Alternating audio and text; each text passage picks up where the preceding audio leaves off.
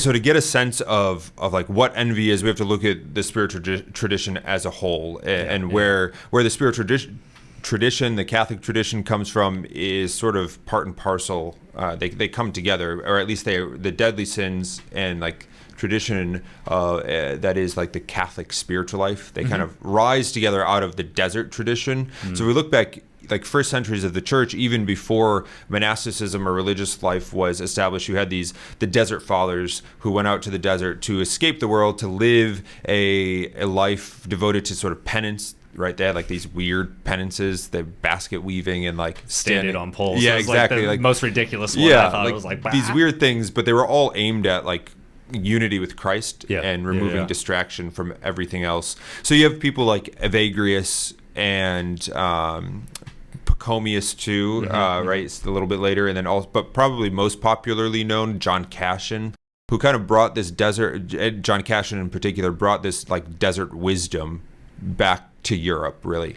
And it was in that where from Evagrius and then Cassian, where you had this development of these ideas of these deadly vices or these capital sins, as they later became called. And there were 7 of them, or there are 7 of them, as they've been distilled through the tradition. And of the 7, there's lust, gluttony, greed, sloth, wrath, envy. That's our topic today, and pride. Yeah. And if you look at, as the centuries went by, Gregory the Great talked about these in a particular way, and then St. Thomas does, of course, in the Summa, and Thomas relies on the tradition of Gregory and Cassian. So this is where that's coming from.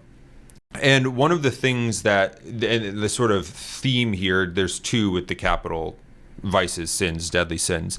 One is that the Desert Fathers saw that like penances were good to what, like fight external temptations. So you would like fast so as to like deal with like external temptations against lust, for example. But there also needed to be spiritual exercises to weed out like these spiritual vices. So that's one. And then they're called capital vices because they're not so much sins. They can be sins in themselves, right? But they engender sinful behavior. Yeah.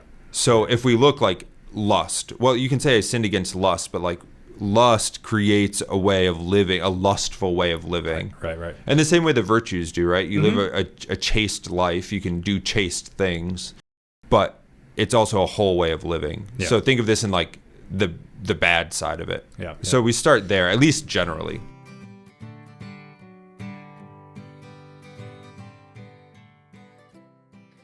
Hey there, this is Father Jacob Bertrand Janczyk. Be sure to like, subscribe, and leave a comment below. Thanks very much.